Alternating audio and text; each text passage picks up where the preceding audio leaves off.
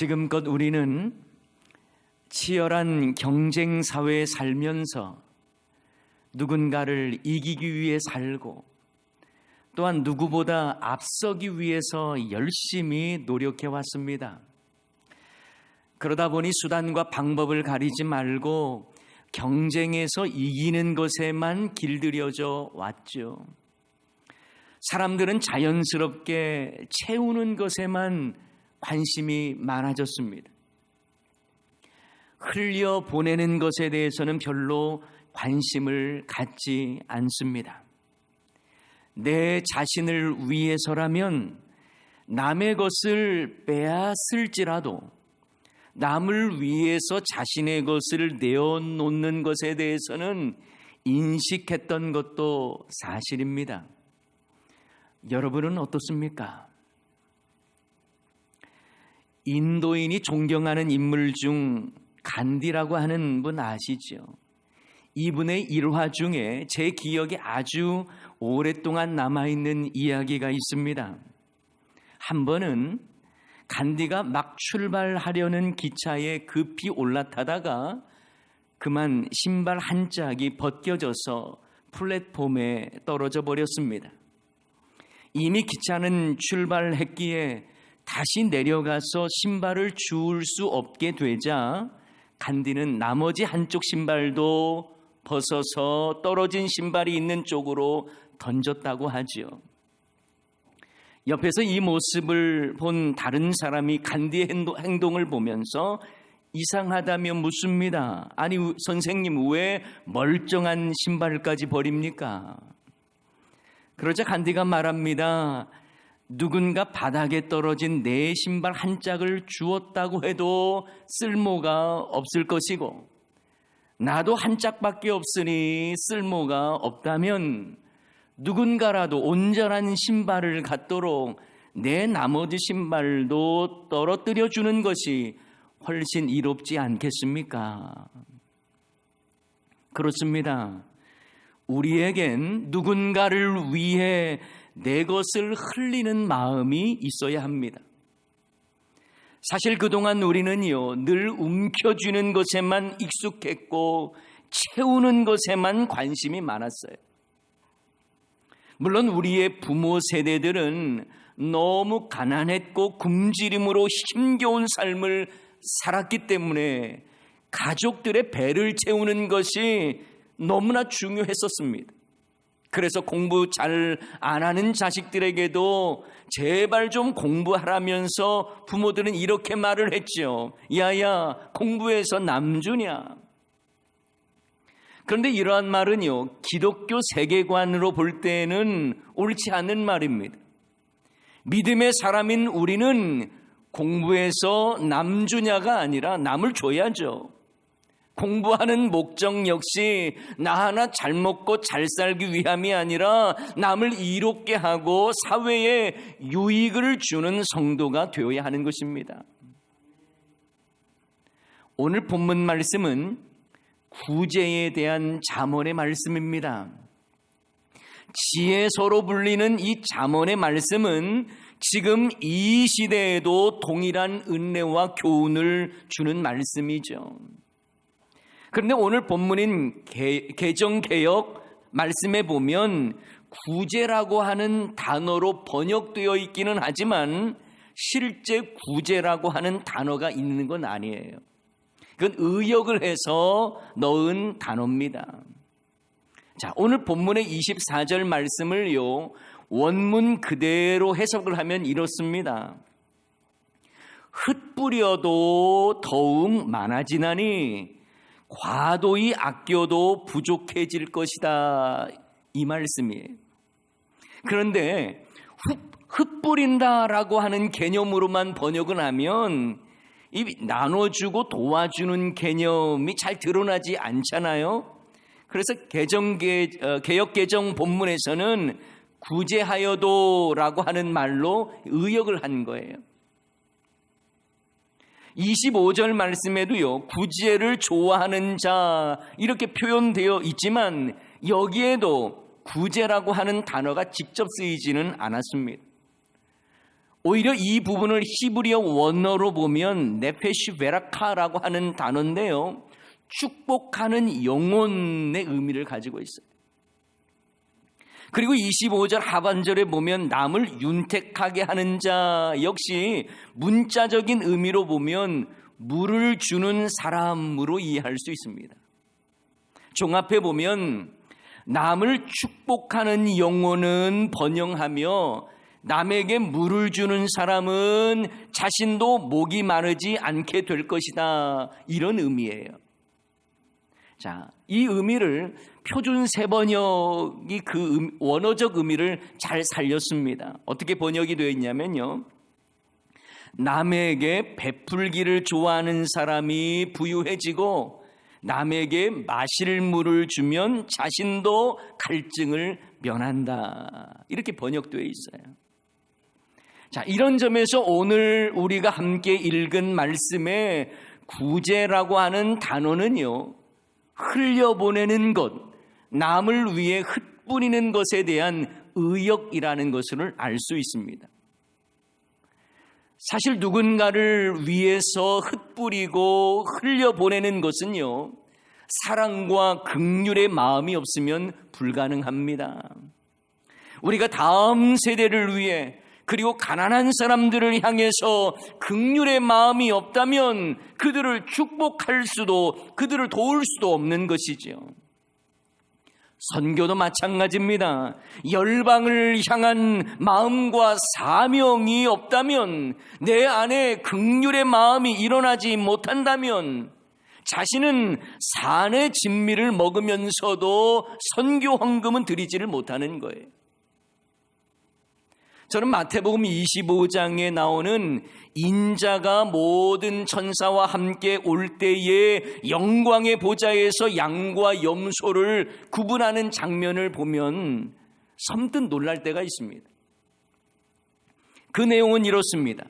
임금으로 오신 인자가 오른편에는 양을 두고 왼편에는 염소를 두어요. 그리고 오른편에 있는 자들에게 이렇게 말씀하십니다. 너희를 위하여 예비된 나라를 상속받으라. 그러면서 이렇게 말씀하시죠. 내가 줄일 때에 너희가 먹을 것을 주었고, 목마를 때에 마시게 하였고, 나그네 되었을 때에 영접하였고, 헐벗었을 때에 옷을 입혔고, 병들었을 때에 돌보았고, 옥에 갇혔을 때 와서 보았느니라. 그러자 의인들이 말합니다. 주여, 우리가 어느 때에 주께서 줄이신 것을 보고 음식을 대접하고 목마른 것을 보고 마시게 하였나이까? 그때 인자이신 임금이 말씀하십니다. 마태복음 25장 40절 말씀이죠. 다 같이 한번 읽어볼까요? 임금이 대답하여 이르시되 내가 진실로 너희에게 이르노니 너희가 여기 내 형제 중에 지극히 작은 자 하나에게 한 것이 곧 내게 한 것이니라 하시고, 내 형제 중에 지극히 작은 자 하나에게 한 것이 곧 내게 한 것이라고 말씀합니다. 여러분, 이와 비슷한 이야기가요, 톨스토이 단편집에 있습니다. 단편 소설의 제목은 사랑이 있는 곳에 신이 있다라고 하는 제목의 단편 소설인데요, 내용은 이렇습니다. 구두를 고치고 만드는 마르틴이라고 하는 사람이 아주 착하고 성실하게 살았습니다만 절망에 빠져버립니다. 5년 전 자식 2명과 아내가 죽었는데 남은 막내 아들도 병으로 죽자 그는 매일 술을 마시면서 자신도 빨리 죽게 해달라고 기도합니다. 그러다가 우연히 성경을 읽기 시작하면서 마르틴은 자신의 삶을 반성하고 새로운 희망을 갖는데요, 그러던 어느 날 성경을 읽다가 잠깐 잠이 들었습니다. 그때 하나님께서 말씀하세요. 내가 내일 찾아갈 테니 창밖을 보거라. 이런 음성을 듣습니다. 이 마르틴은 하루 종일 창밖을 바라보면서 하나님을 기다려요. 그러나 아무리 기다려도 하나님은 오지 않습니다. 대신 창밖에 늙은 청소부가 눈을 맞으며 청소를 하고 있어요. 마르틴은 그분을 가게 안으로 들어오게 한 후에 따뜻한 차로 대접을 하지요. 청소부를 보내고 다시 창밖을 보니 아기를 안은 여인이 눈보라 속에서 떨고 있음을 봅니다. 마르틴은 그녀도 가게 안에 들어오게 한 후에 먹을 것과 옷을 주어요. 시간이 흘러 거의 해가 질 무렵 창밖에 보니 사과를 파는 사람이 사과를 훔친 소년을 붙잡고 야단치는 장면을 보게 됩니다. 그때 마르틴은 나가서 소년에게 죄를 뉘우치게 하고 사과 주인에게 대신 그 가격을 갚아주면서 그 소년을 용서해달라고 부탁하며 문제를 잘 해결합니다. 이후에도 마르틴은 하나님을 계속 기다렸습니다. 밤까지도 만나지 못했어요. 그러다가 성경을 읽다가 잠이 들었는데 하나님의 목소리가 들립니다. 마르틴, 내가 오늘 만난 사람들이 바로 나다. 너는 나를 대접한 거야. 이 내용이 바로 톨스토이의 사랑이 있는 곳에 신이 있다고 하는 단편 소설의 내용입니다. 사랑하는 여러분, 보이지 않는 하나님을 보여달라고 기도하지 마시고 하나님을 대하는 마음으로 사람들을 대할 수 있기를 바랍니다.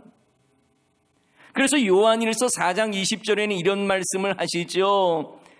누구든지 하나님을 사랑하노라 하고 그 형제를 미워하면 이는 거짓말하는 자니 보는 바 그 형제를 사랑하지 아니하는 자는 보지 못하는 바 하나님을 사랑할 수 없느니라.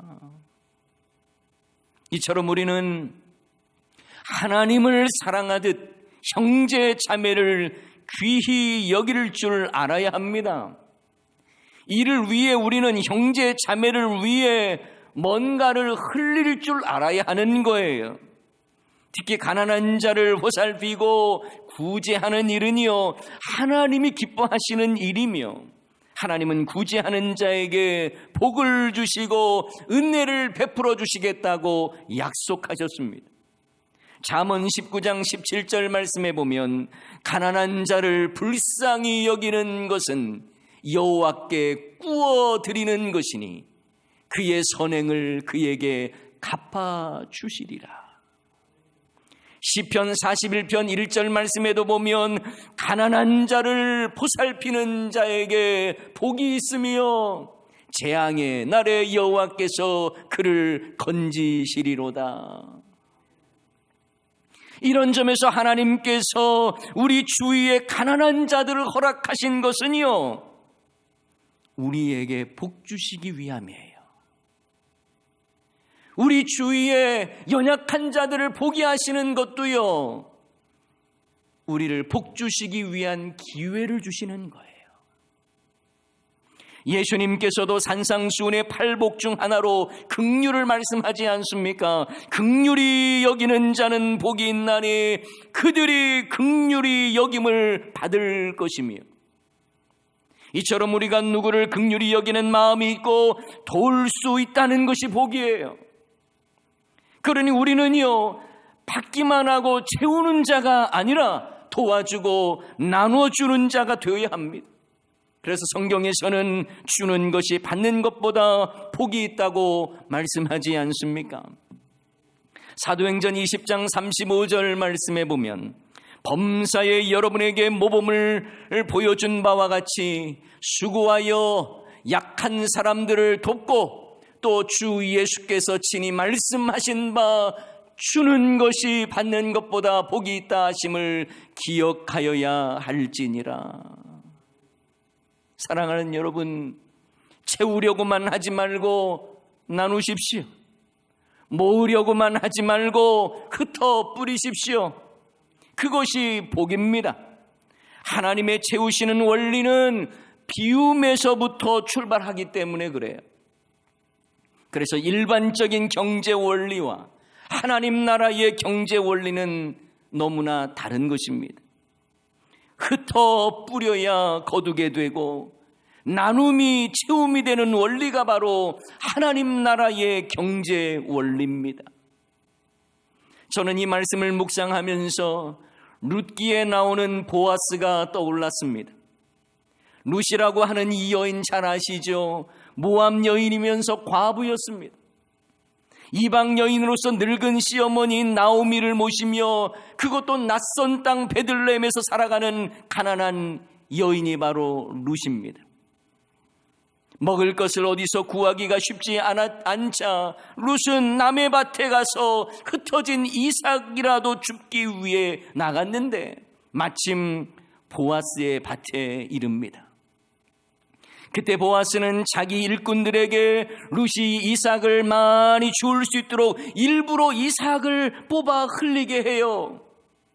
그리고 룻은 보아스가 일꾼을 통해 몰래 떨어뜨린 그 이삭으로 양식 삼아 먹고 살아갑니다. 저는 여기에 아주 중요한 하나님 나라의 원리가 있다고 생각합니다. 바로 흘림이 살림입니다. 누군가를 위해 흘림이 연약한 사람을 살리는 도구가 된 것이죠.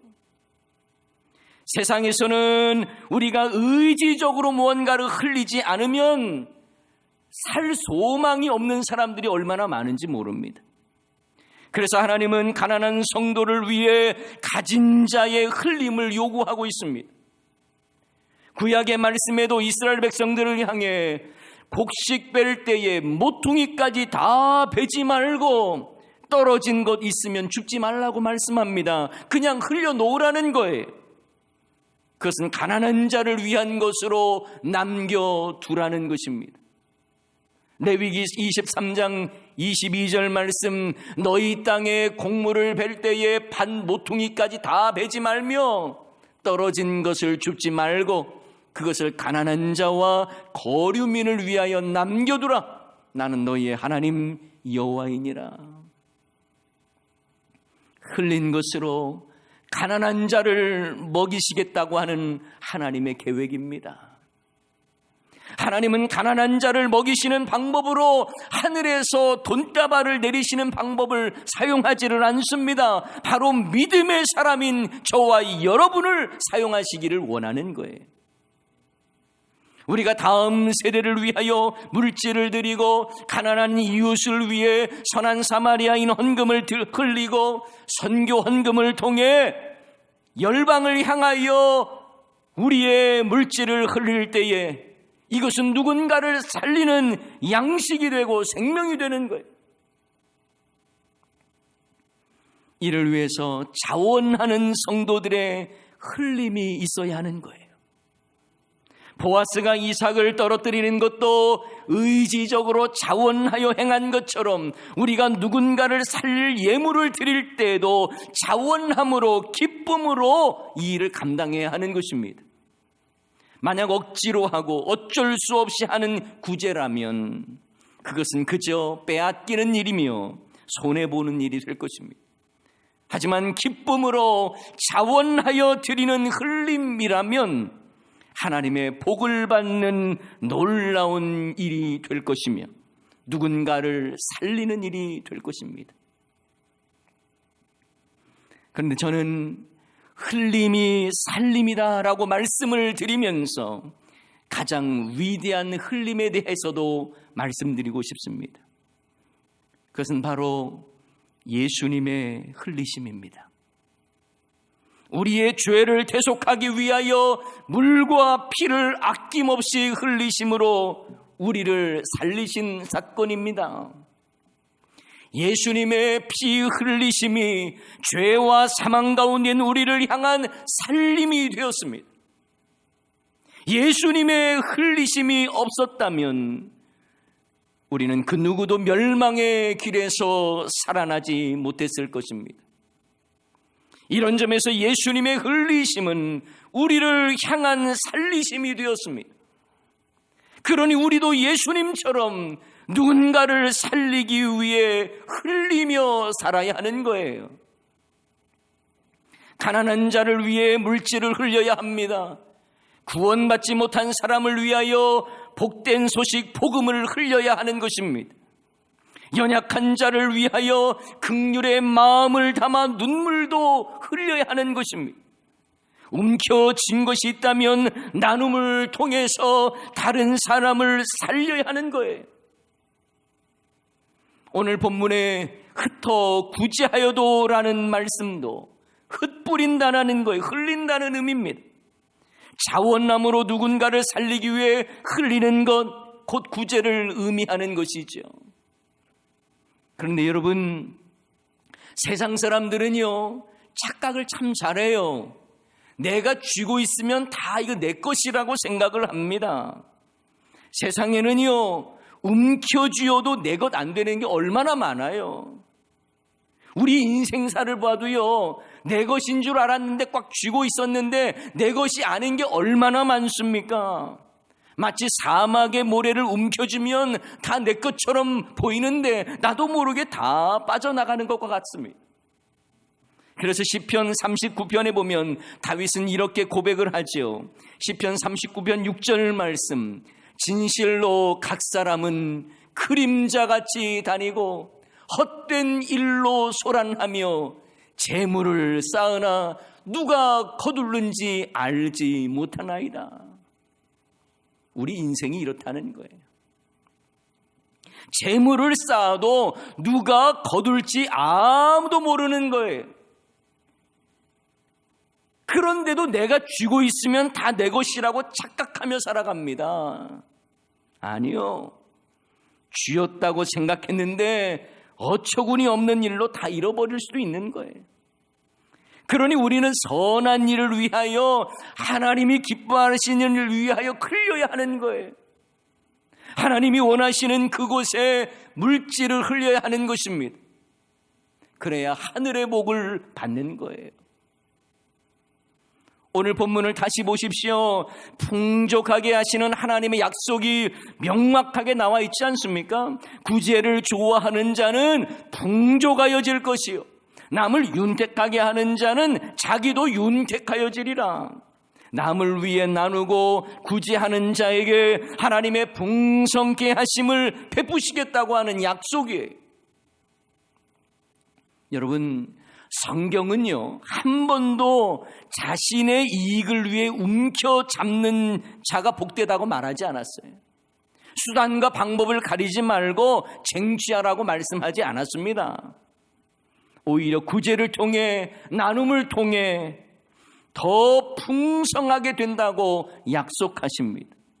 긍휼히 여기는 자가 긍휼히 여김을 받을 것이라고 말씀하십니다. 연말만 되면 목사로서 마음이 무겁습니다. 코로나 시기에 더욱 힘들어진 수많은 교회들, 개척교회, 미자립교회, 그리고 선교사들의 수많은 후원 요청서를 받아보면, 그 안타까운 사연들을 읽어갈 때면 마음이 무겁습니다. 며칠 전에는 저희 교회에서 후원하는 선교사님 중에 본인은 비자 문제로 선교지를 나가지 못했고 아이들만 먼저 선교지에 보냈는데, 아이들이 코로나 증세가 있다며 안절부절 못하시는 선교사님 소식도 들었습니다. 교회 성도님들 중에도 직장을 잃고 오랜 기간 동안 일을 못하고 계신 분들이 얼마나 많은지 몰라요. 그런데 우리는 나도 힘들다며 구제와 다음 세대와 선교 헌금을 작정하지를 않습니다. 제대로 도우려 하는 마음조차도 없어요. 그래서는 복을 받지 못한다는 것입니다. 그래서인지 코로나 시기에 도움을 요청하는 분들을 돕지 못하는 목사의 마음이 너무나 아프고 미안하고 안타까울 때가 많아요. 우리가 쥐지 말고 흘리면 누군가를 살릴 수 있는데 왜 그렇게 하지 않습니까? 흘려야 살리는 일을 할 수 있는데, 움켜쥐면 내 것이 아닌데, 하나님이 움켜쥐라고 우리에게 주신 게 아닌데, 우리는 흘리질 않아요. 여러분, 교회는 본질적으로 흘려보내는 플랫폼과 같은 곳이어야 합니다. 창고가 되어서는 안 돼요. 우리는 나 하나 예수 믿다가 나 하나 잘 먹고 잘 사는 것이 목적이 되어서 계속 쌓아두는 창고 인생을 살아서는 안 된다는 것입니다. 이것은 하나님께서 우리에게 맡기신 사명과도 반대되는 모습이에요. 복음도요, 교회 안에 가두면 안 돼요. 흘러가게 해야죠. 생명을 전해야죠. 예수님이 물과 피를 흘리셨기에 우리에게 생명이 임한 것처럼 우리도 주님께 받은 사랑을 이웃을 향해 흘려보내야 하는 것입니다. 복음을 흘려줌으로 생명으로 살아나는 역사를 우리가 보는 거예요. 가난한 자에게는 구제를 통해 물질을 흐르게 해야 하는 것입니다. 선교사님들에게는 기도와 물질을 흘려보내야 하는 거예요. 곤고하여 낙심하고 있는 자에게는 주님의 사랑과 위로를 흘려보내야 하는 것입니다. 교회는요, 플랫폼이에요. 창고가 아니에요. 그러나 이런 구제와 위로 그리고 사랑, 이건요, 말이 아닌 삶으로 행해야 하는 것입니다. 단순히 입술로만 생생내서는 안 돼요. 그래서 요한일서 3장 18절에도 보면 자녀들아, 우리가 말과 혀로만 사랑하지 말고 행함과 진실함으로 하자 말씀합니다. 제가 아는 어느 선교사님이요, 선교 나가기 전에 후원교회를 찾고자 이리저리 방문을 교회마다 했는데 교회마다 후원해 주겠다는 말은 안 하고 의례적으로 기도하겠다는 말만 하더랍니다. 그래서 이 선교사님이 가장 부담스럽고 듣기 싫었던 말이 이 기도하겠습니다라는 말이더라는 거예요. 사랑하는 여러분, 흘림이 살려냄이 되기 위해서는 희생이 필요합니다. 말로만 기도하겠습니다가 아니라 물질의 흘림, 시간의 흘림, 희생의 흘림이 있을 때에 누군가를 구제할 수 있고 누군가를 살릴 수 있고 구원할 수 있는 거예요. 이 일에 우리 교회가 귀하게 사용될 수 있기를 축원합니다.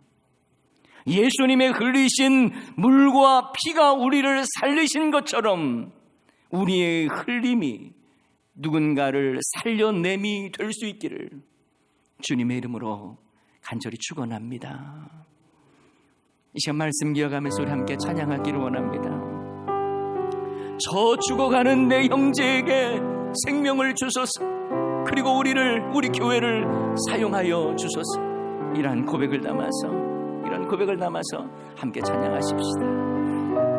저 죽어가는 내 형제에게 생명을 주소서.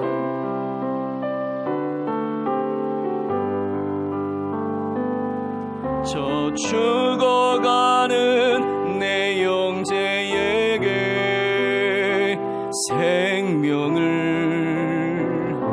주소서. 흑암의 권세에 매여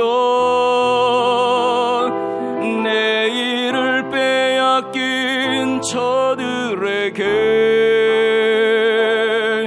저 소망 없는 텅 빈 가슴에 새 날을 주소서. 고통의 명예에 매여 신음하고 있는 저들에게 아버지여 이 백성 다시 살게 하소서. 묶였던 자 자유케 되는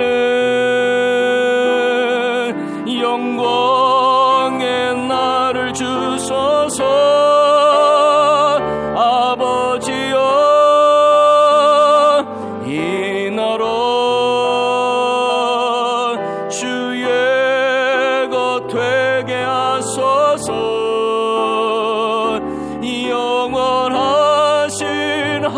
하늘 아버지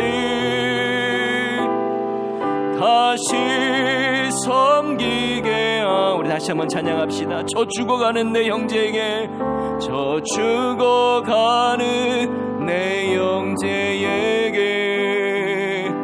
생명을 주소서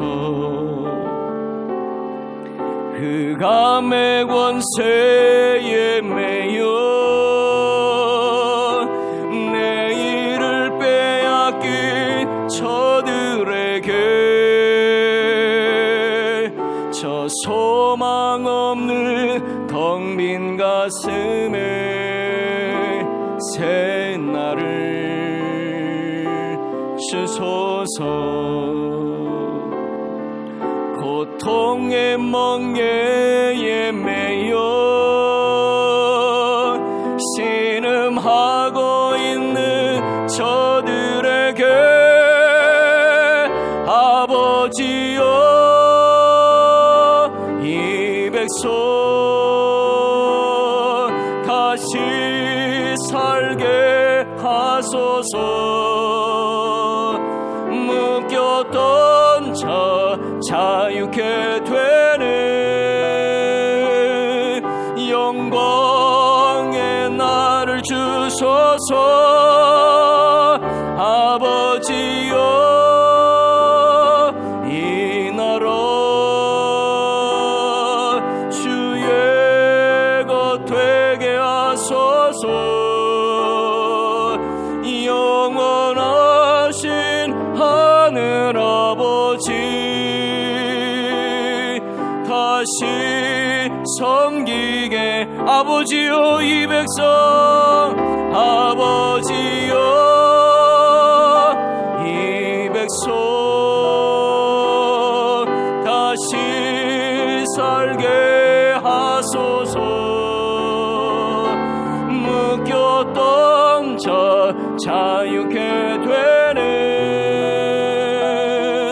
영광의 날을 주소서 아버지여 이 나라 주의 것 되게 하소서 영원하신 하늘 아버지 다시 섬기게 하소서. 여러분 참 힘든 시대를 살아갑니다. 그래서 도와야 할 일들도 너무나 많습니다. 우리가 흘려보내야 할 그곳도 참 많습니다.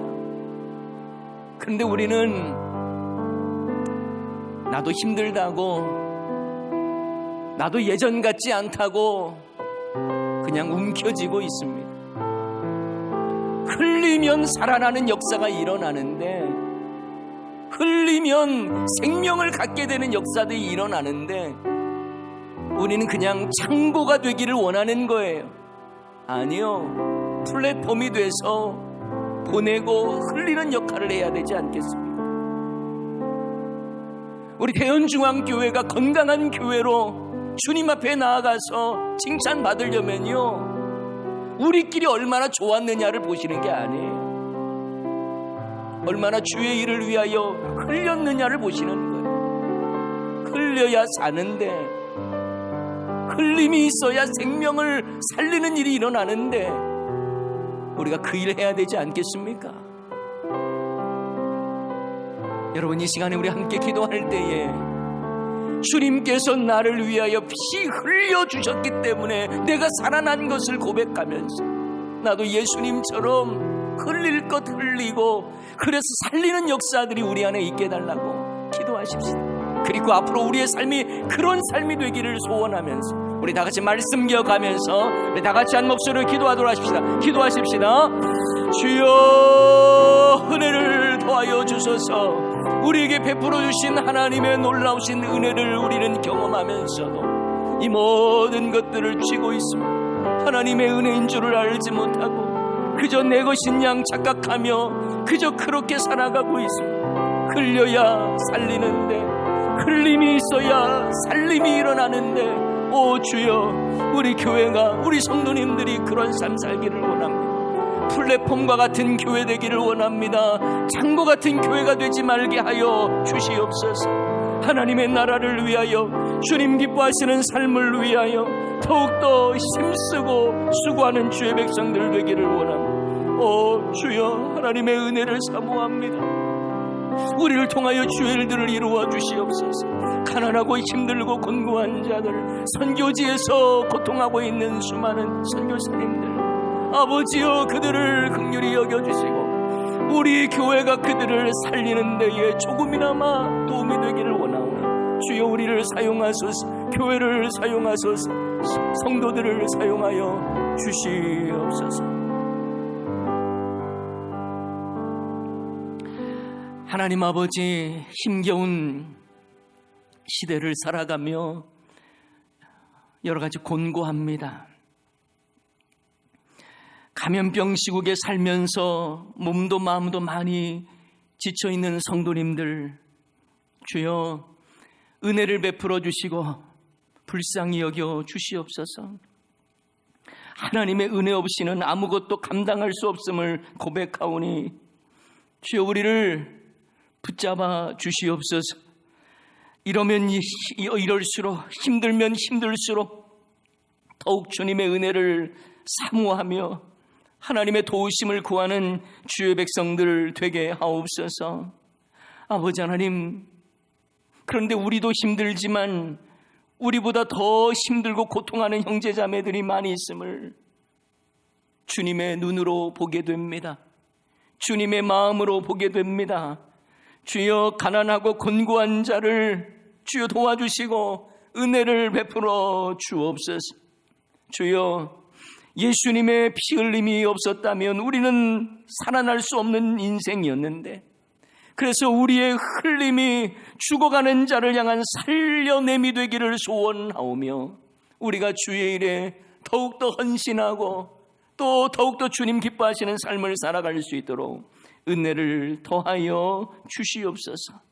하나님 아버지, 언제 끝날지 알지 못하는 코로나 재난 속에서 저희들 지금은 온라인으로 예배를 드릴 수밖에 없는 이 안타까운 상황을 불쌍히 여겨 주시옵소서. 우리의 탐욕과 죄악들을 용서하시고 우리가 다시 한번 새롭게 겸손하게 주의 은혜를 사모하오니 치유하여 주옵소서. 회복시켜 주시옵소서. 우리를 긍휼히 여겨 주옵소서. 또한 이 상황 속에서 육신의 질고와 심신의 곤고함으로 고통당하는 자를 위로하여 주옵소서. 암투병 중에 있는 자를 고쳐주옵소서. 거동이 불편한 자를 일으켜 주시옵소서. 특별히 3번의 뇌종양 수술 이후에 다시 폐렴 증세로 중환자실에 들어가 몇 차례 심정지가 일어난 상태에 자가호흡을 지금 못하고 있는 다혜를 불쌍히 여겨 주시옵소서. 하나님의 특별한 은혜만을 구합니다. 우리가 할 수 없음을 인정하오니 주여 도와 주옵소서. 하나님 아버지, 수능시험을 마치고 결과를 기다리는 학생들, 이들의 진학과 진로와 취업과 장래의 모든 일을 주님께서 하시오니 선한 길로 인도하시고, 특별히 정말 하나님의 은혜를 바라보면서 하나님의 은혜를 구하는 우리 부모 세대와 또 자녀들 건강 주시고 또 믿음 주시고 또 이들의 인생의 문이 주님 안에서 활짝 열릴 수 있도록 주여 도와 주옵소서. 해외에 사는 자녀들, 또한 군문으로 유학으로 가정을 떠나 있는 자들, 코로나에서 지켜주시고 보호하시고 늘 건강케 하여 주옵소서. 주여, 이 땅의 백성들을 불쌍히 여겨 주소서. 코로나로 인하여 경제적으로 많이 힘들어하는 이 땅을 불쌍히 여겨주시고 이 땅의 안전을 지켜주시고 이 땅의 이 어려운 모든 문제에 하나님의 강권적인 능력의 손을 펴셔서 해결하여 주시기를 간절히 소원하옵나이다. 아버지여, 열방의 모든 나라를 긍휼히 여겨주시고 이 시간 주님께 드리는 예물을 받아 주옵소서. 직접 나와 헌금을 드리지는 못하는 상황이지만 여러 모양으로 보내고 드리는 예물을 받아 주옵소서. 이 시간에 또 강병희 집사님 장례를 잘 마치고 교회 사랑 헌금 감사하며 올려드리오니 이 예물을 받아주시고 하늘의 위로로 함께하여 주옵소서. 아버지 하나님, 또 믿음의 권속들 11조와 감사 예물과 여러 목적 헌금을 주님 앞에 올려드립니다. 이 예물을 통해서 영광 중에 함께하시고 간구하는 모든 자들의 기도 위에 응답하여 주옵소서. 모든 영광을 주님께 올려드립니다. 이번 한 주간도 우리 모든 성도님들 감염병에서 지켜주시고 주 안에서 행복하게 하여 주옵소서. 예수님의 이름으로 기도하옵나이다. 아멘. 교회 머리가 되시는 우리 구주 예수 그리스도의 크신 은혜와 하나님 우리 아버지의 크고 놀라우신 사랑하심과 성령 하나님의 위로교통 충만하심이 성도의 흘림이 살림이 됨을 기억하며 물질과 사랑을 흘리며 살겠다고 결단하는 주의 모든 권속들과 이들의 가정과 기업과 장래와 소원 위에 수고하시는 선교사님들과 그리고 신교단에 속한 모든 기관과 신학교와 이 나라 이민족 세계 열방 위에 지금부터 영원토록 함께 계실지어다. 아멘. 아멘.